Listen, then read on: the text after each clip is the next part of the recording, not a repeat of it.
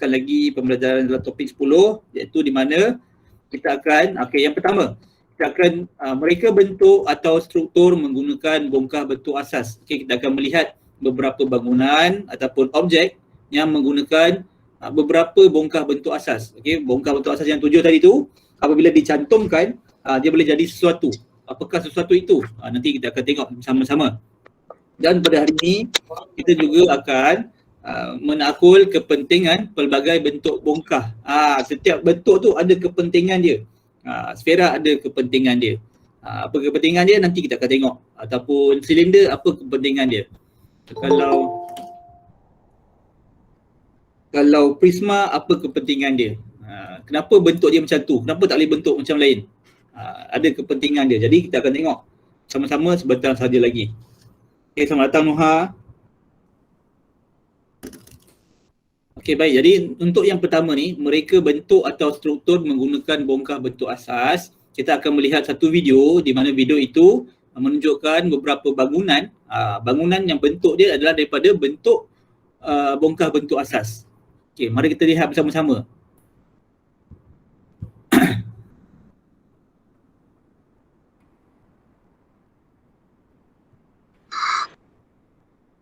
Jadi apabila video ditayangkan, saya mohon awak mutekan dahulu supaya tidak mengganggu suara video tersebut.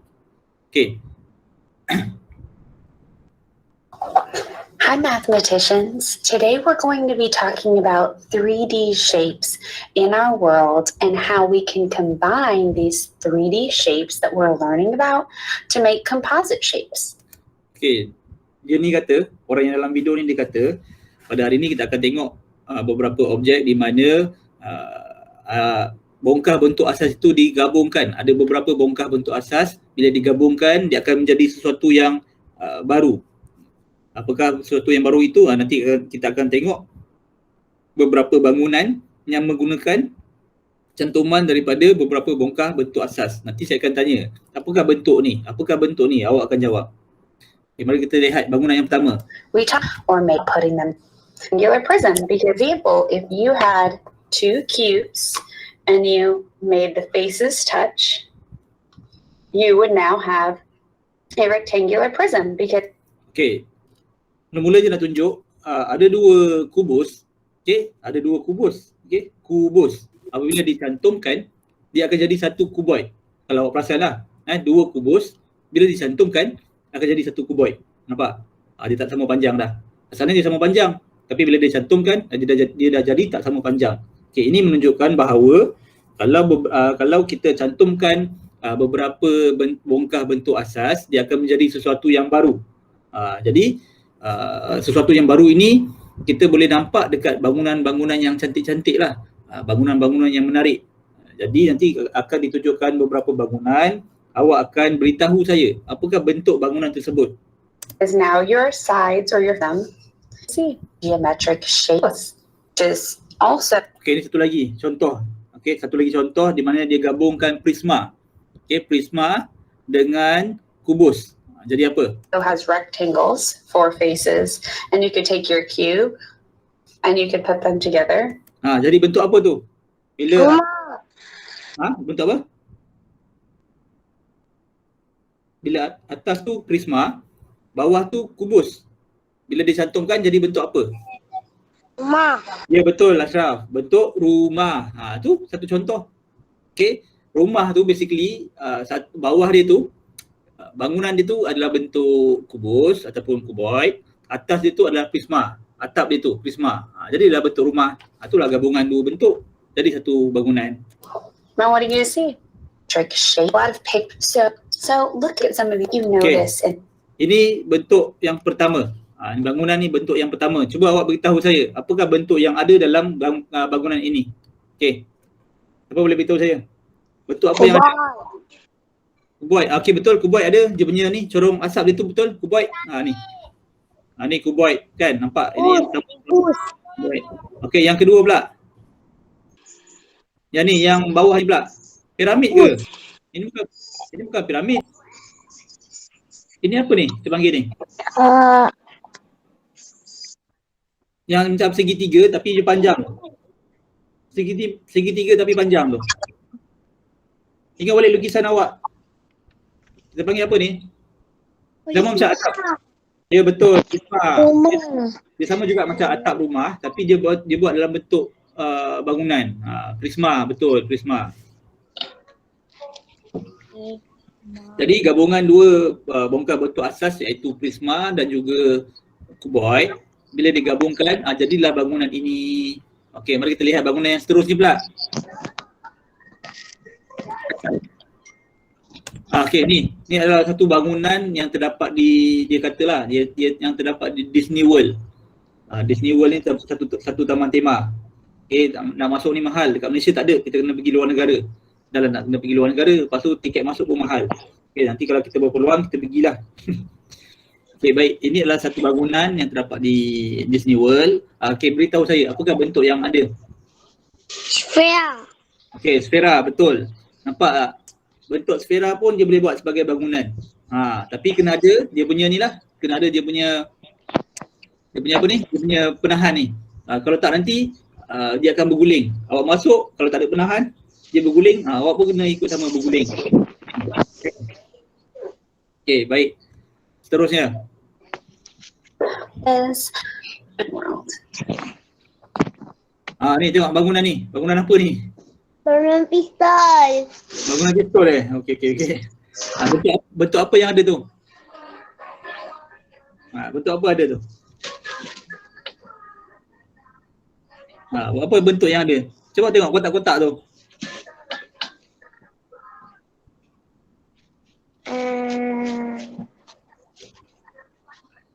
Bentuk apa ni? Boy. Kuboid. Betul, kuboid. Okey, jadi dia gabungkan beberapa kuboid dan juga kubus menjadi satu bangunan. Tapi disantungkanlah. Nampak macam tak selamat kan, tapi sebenarnya selamat. Okey, telah pun dibuat kajian semua, okey boleh selamat. Jadi mereka pun buat. Okay, jadi bangunan ni adalah gabungan daripada beberapa kuboid. Okey, terusnya. Into it. We have other prisms that are right. Wow. Tengok bangunan yang sebelah kiri ni pula. Nampak yang kaca ni, bentuk apa ni?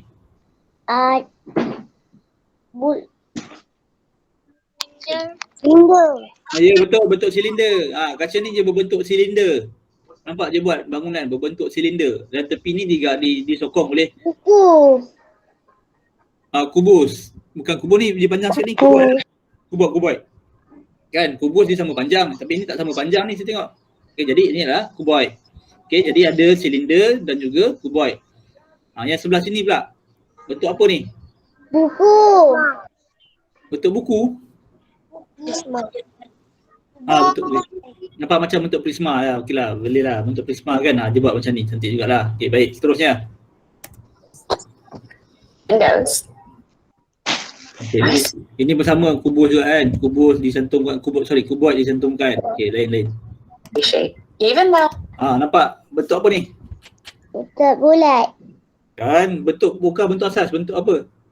Yang 7 tu. Silinder. Ya, silinder. Betul, silinder tapi dia kecil kan. Dia rampingkan bawah ni kan. Nampak? Tapi masih lagi berbentuk silinder, cuma silinder yang dipenyekkan. Ataupun kata yang sebelah kiri ni silinder yang dipenyekkan atas. Di sebelah kanan ni silinder tu dipenyekkan dekat bahagian bawah. Pun boleh juga kita buat bangunan. Nampak cantik kan? Okey. Terusnya. well, maybe they're not, or so either side. What prism? Nampak macam ni pun boleh. Bawah ni adalah kuboid. Atas ni kubus dan atas kubus tu ada prisma. Pun boleh juga buat macam ni. Rumah awak nanti bila awak dah besar nanti awak nak buat rumah, awak buat rumah macam ni. Cantik tak? Cantik lah. Kalau cantik nanti awak buat, nanti saya datang. Saya datang tangkap gambar. Okey, seterusnya. And shape pyramids. Prisms do you clock tower before this? Okey, ni pula bangunan apa ni? Saya rasa dekat London ni saya rasa. Silinder. Bentuk apa ni? Silinder. Saya rasa dia kotak lah, dia kuboid. Okey, yang dia punya badan je ni, batang je ni berbentuk Bulat. kuboid. Dia punya ni, bangunan dia ni. Bentuk kuboid. Jam tu memanglah bentuk bulat. Tapi dia punya ni, bangunan dia tu. Berbentuk kuboid dan Kuboid. atas dia punya atap ni bentuk apa ni? Square. Ni bentuk apa? Atap dia bentuk apa? Piramid. Piramid. Okey, sebabkan kita tak berapa nak jelas, kita tak tahu bawah dia tu bulat ke ataupun segi empat sama. Jadi kalau segi empat sama kita panggil piramid. Kalau bulat kan kita panggil dia kon. Sebab kita tak nampak kan dia punya tapak dia tu kan, tempat bagi tak berapa. Okey, kita tak nampak, kita tak berapa nak nampak dia punya tapak dia tu. Ada nampak macam bulatan, ada nampak macam segi empat sama. Jadi kalau bulatan, atap tu berbentuk kon. Kalau tapak dia berbentuk segi empat sama, bentuk atapnya berbentuk piramid. Okey, sebagai kita tak nampak. Okey, jadi dua-dua tu mungkin boleh. Okey, jadi bangunan clock tower ni, dia punya badan dia ni adalah berbentuk kuboid dan atapnya pula mungkin berbentuk piramid, mungkin berbentuk kon. Okey, settle. Baik, seterusnya. This is being done. It's not some if cloud and cubes. Bentuk apa ni? Macam ni pun boleh bangunan. Boleh lah. Bawah sekali ni. Bawah sekali ni bentuk. Bongkar bentuk asap.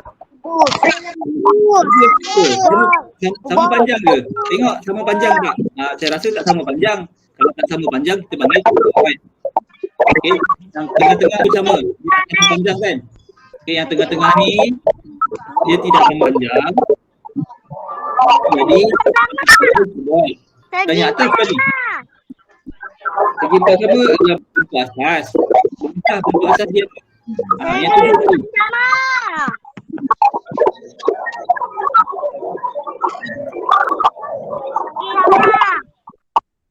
Okey, segi empat sama bentuk asas. Ni bongkah bentuk asas sama ada kuboid ke kubus. Segi empat sama tu dalam kubus. Segi empat sama dalam kubus. Segi empat tepat dekat kuboid. Okey. Okey. Jadi yang atas kali ni bentuk apa atas kali ni?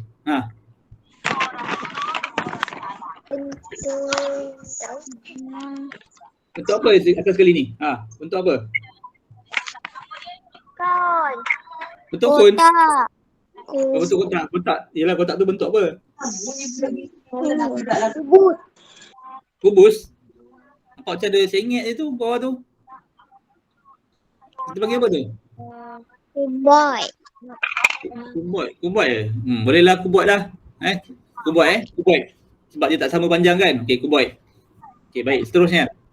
This looks like Ni tengok bangunan ni. Bangunan ni ada dekat China. Okey, bangunan ni dia punya news center dia. Pusat berita dia dekat China tu. Jadi bentuk apa yang awak nampak dekat bangunan ni? Betul. Kuboid. Dia gabungan beberapa kuboid. Okey, gabungan beberapa kuboid lalu dapatlah bangunan tersebut. Okey, kalau awak perlu nak pergi, awak try lah pergi. Awak duduk dekat ni, dekat sini. Tengok, lepas tu awak tengok bawah. Berani tak? Saya pun rasanya saya gayat kot duduk atas ni. Duduk dekat bucu ni, lepas tu awak tengok bawah. Seram. Okey, teruskan. happens geometric from. Okey, settle, selesai. Itulah dia tadi beberapa bangunan yang menggunakan bongkar bentuk asas. Jadi kalau awak perasan lah, bangunan-bangunan tadi tu kebanyakannya ataupun semuanya berada di luar negara. Dekat Malaysia ni kuranglah bangunan-bangunan yang cantik macam tu. Jadi saya sarankan bila awak dah besar nanti, awak belajar rajin-rajin, awak belajar pandai-pandai, awak jadi seorang arkitek yang berjaya. Okey, siapa yang minat nak jadi arkitek, okey, silakan jadi seorang arkitek yang berjaya, dan awak pun binalah satu bangunan yang cantik dekat Malaysia ni supaya boleh menjadi contoh di negara lain pula. Kan hari ni kita pakai contoh negara lain. Nanti bila awak dah besar nanti, awak dah dapat membina satu bangunan yang cantik, nanti orang luar negara yang akan menggunakan bangunan awak tu sebagai contoh dalam kelas dia. Jadi awak pun boleh bangga. Sebab apa? Bangunan awak digunakan sebagai contoh. Okey.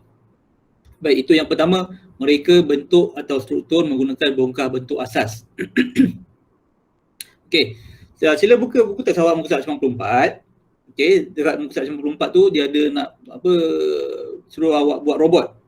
Bukan dia suruh buat robot lah, dia mereka cipta robot. Nampak dekat muka surat 94 tu.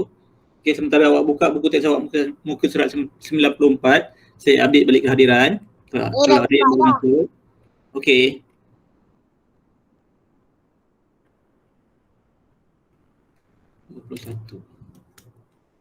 Saya dah.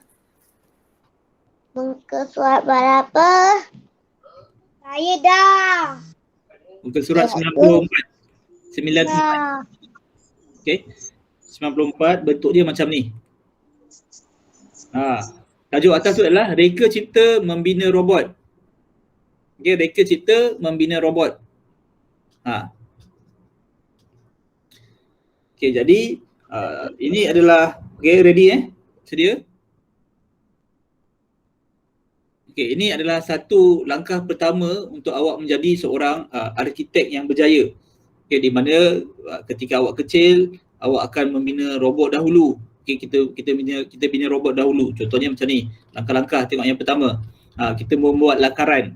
Nanti bila awak dah besar nanti, dah jadi arkitek yang berjaya nanti, sebelum awak membina rumah yang cantik-cantik ataupun bangunan yang cantik-cantik, awak perlulah melakar dahulu. Sama juga macam ni. Okey. Jadi lakaran yang awak buat tu nanti akan dibuat dengan bahan-bahan yang maujud lah, bahan-bahan sebenar. Okey, bila dah ada lakaran nombor 2, barulah awak boleh membentukkan bongkah-bongkah bentuk asas menggunakan tanah liat. Okey, kalau dalam contoh yang dia bagi ni dia pakai tanah liat lah. Okey, tapi nanti bila awak dah besar nanti, dah jadi arkitek nanti, awak akan menggunakan batu bata, menggunakan konkrit yang sebenar. Okey, orang akan buat bangunan tu untuk awak. Apa yang awak lukis itulah orang tu akan buat. Kalau siapa nak jadi arkitek kan, awak buat lukisan rumah tu macam mana, corner sini, corner sana, ada tanduk lah, macam mana lah. Macam mana lukisan awak, macam tu lah orang akan buat. Okey. Okey, jadi untuk tahap awak sekarang ni, awak buat robot dahulu. Okey, ini tahap pertama, awak buat robot dahulu. Okey, bentuk-bentuk bongkar. Dan yang ketiga barulah awak cantumkan bongkar-bongkar bentuk asas menjadi robot. Jadi tengok robot dia dengan dalam lukisan, sama tak? Sama tak robot dengan dalam lukisan? Okey, jadi langkah pertama kita perlu melakar dahulu. Lakar tu maksudnya melukis lah. Tapi sekiranya ketika awak nak buat tu kan, awak tengok, kalau buat macam ni lagi cantik, lagi bagus, lagi berkesan. Jadi awak buat tak ikut lakaran, boleh tak? Boleh ke awak buat sesuatu tak ikut lakaran awak tu? Boleh ke? Ni awak dah lukis cantik kan? Lepas tu awak buat tak ikut lakaran, boleh ke? Saya tak ada tu. Tak boleh. Tak boleh. Okey. Sebenarnya boleh, tapi janganlah terlalu lain sangat. Mungkin awak nak kalau contohnya bila awak dah lukis, bila awak nak try pasang, nampak macam mustahil kan, ataupun susah nak dipasang. Tak apa, awak adjust balik, awak tukar balik lukisan awak tu, awak perbaiki balik. Kemudian dapatlah satu produk yang dihasilkan. Okey. Jadi itulah satu orang kata langkah pertamalah dalam awak nak mencipta sesuatu. Okey, ini adalah langkah-langkah dia. Nanti bila awak dah besar nanti, bila awak dah kerja nanti, ini juga langkah-langkah dia. Okey, awak mula-mula awak melakar, lepas tu awak bentukkan, lepas tu awak cantumkan. Okey, selesai yang pertama. Iaitu mereka bentuk atau struktur menggunakan bongkah bentuk asas. Okey. Belum, ada satu lagi. Ni 10.1.4 tak habis lagi. Baru nak masuk. Kalau awak lapar, awak boleh pakai kan. Sambil-sambil tu awak boleh makan, tak ada masalah. Siapa yang lapar, siapa yang pergi toilet ke, silakan. Siapa nak minum air pun silakan. Okey, baik, mari kita masuk ke yang kedua pula untuk hari ini. 10.1.4 menakul kepentingan pelbagai bentuk bongkah. Okey. Kubus ada kepentingan dia, kuboid ada kepentingan dia, sfera ada kepentingan dia, semua bentuk ada kepentingan dia. Jadi mari kita lihat apakah kepentingan bagi setiap bentuk tersebut. Sebelum tu mari kita tengok buku teks awak muka surat 95. Okey, muka surat sebelah pula. Okey, sila buka buku teks awak muka surat 95. Dah. Okey, tajuk Okey, baik, terima kasih. Okey, tajuk ni adalah pentingnya bentuk bongkar. Okey, itu tajuk dia. Pentingnya bentuk bongkar. Okey, mari kita baca sama-sama. Apakah kepentingan bentuk bongkar dalam kehidupan? Perhatikan contoh situasi yang berikut. Mengapakah bola berbentuk sfera? Okey, kita semua tahu bola tu berbentuk sfera. Okey, kalau bola itu berbentuk sfera, tengok gambar yang belah kiri yang pertama. Kalau bola itu berbentuk sfera, dia lebih mudah bergolek apabila disepak. Bila kita main bola, bila kita sepak bola tu, mudahlah je nak bergolek, senanglah kita nak main. Tetapi kalau bola itu berbentuk kubus, macam mana lah awak nak main bola macam tu? Nampak bola dia bentuk apa tu? Bentuk kotak lah bola dia. Logik ke awak nak main bola bentuk kotak? Awak sepak, tak pergi jauh. Awak sepak sekali, dia pergi depan tu je pergi, dia tinggal. Memang tak main bola cerita dia. Kan, jadi itulah je kepentingan yang pertama. Okay, sfera ni dia membolehkan bola tu untuk bergolek dengan mudah. Itu kepentingan yang pertama. Kita tengok yang kedua pula. Perhatikan keadaan kedua-dua jam meja yang berikut. Okay, satu jam ni dia berbentuk bentuk apa ni? Bentuk. Kubus. Bolehlah kubus. Kubus sebab dia sama panjang kan. Okay, kubus. Okay, yang kedua ni pula bentuk apa ni? Yang belah kanan ni, bentuk apa?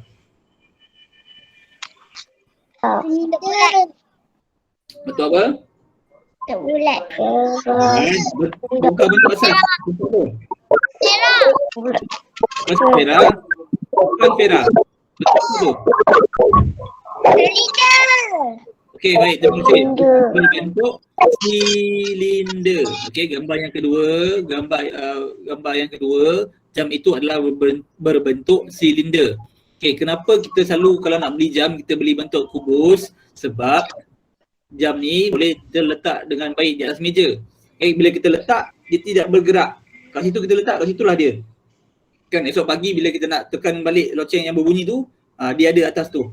Tapi kalau kita pergi beli jam yang berbentuk silinder, dia berguling-guling. Esok pagi awak dah set jam pukul berapa awak bangun? Pukul 5. Awak set jam pukul 5, lepas tu dia berguling.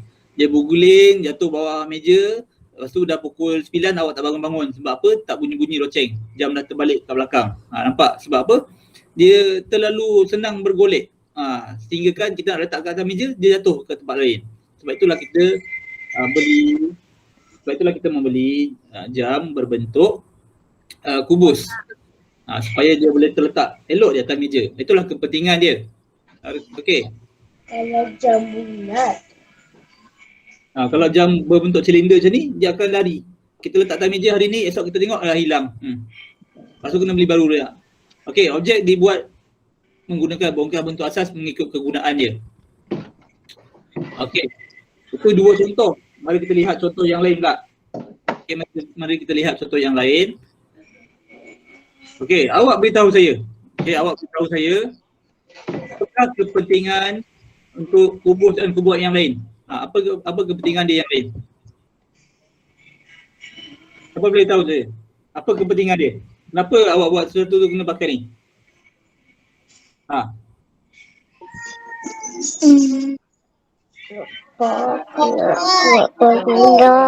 Lalu kubuat dengan kubus ni bentuk apa? Bentuk kotak. Tahu kotak tak? Silinder. Kotak tahu kotak? Benih, kubuat yang kubus. Tahu tak kotak yang orang beli shopping online tu dapat barang tu? Tahu saya tahu. Jadi siapa yang selalu siapa yang selalu shopping online kan? Bukan awak lah. Awak ni okey, kalau abang-abang awak ataupun kakak-kakak awak selalu shopping online, dia akan orang tu akan hantar dalam kotak lah, dalam kotak. Orang tu akan hantar dalam kotak. Itu apa? Bentuk kubuat dan kubus. Sebab apa? Sebab kotak yang berbentuk kubus dan kubus ni dia mudah untuk dibentuk. Okey, kalau saya yakin awak dah belajar matematik, awak ada belajar macam mana nak melipat kotak kan? Betul tak awak ada belajar matematik? Melipat kotak. Betul? Saya buat origami. Kan matematik, subjek matematik awak ada belajar kan lipat kotak? Tidak. Ada? Tahun 1 ada belajar kan lipat kotak. Jadi lipat kertas jadi kotak. Okey, jadi kotak di mana berbentuk kubus dan kubus dia mudah Dia mudah untuk dilipat dan dijadikan sebagai kotak. Kalau piramid, kita nak buat kotak piramid susah. Nak buat kotak sfera lagilah mustahil. Nak buat kotak silinder pun susah. Nak buat kotak berbentuk kon susah.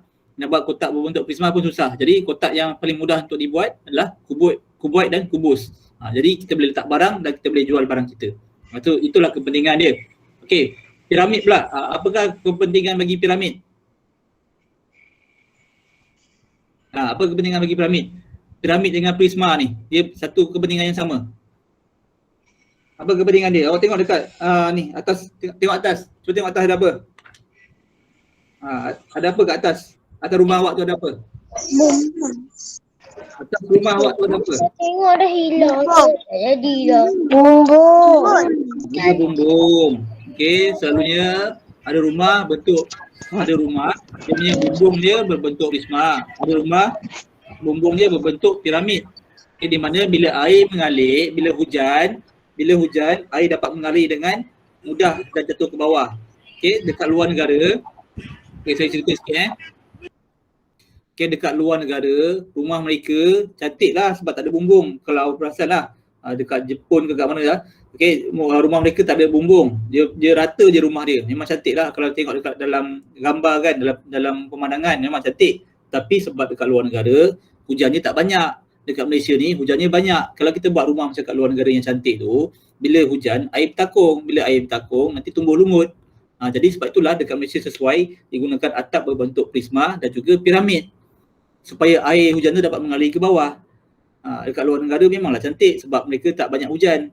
Tapi dekat Malaysia selalu hujan. Kalau kita buat macam rumah dekat luar negara, jadi air bertakung. Bila air bertakung, nanti tumbuh lumut warna hijau tu. Satu hal pula nanti tiap bulan kena sental dengan lumut tu.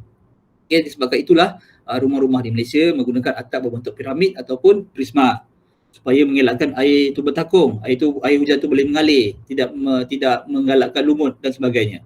Itu kepentingan bagi piramid dan prisma. Okey, sfera tadi kepentingan dia adalah untuk sebagai bola lah, untuk kita mudah untuk kita bermain. Okey, silinder selain daripada silinder belum lagi. Silinder, apakah satu objek yang berbentuk silinder? Siapa boleh beritahu saya? Satu objek yang berbentuk silinder. Hint lah, saya bagi hint. Dia ada dekat kereta. Apa dia? Apakah objek yang berbentuk silinder yang terdapat pada kereta?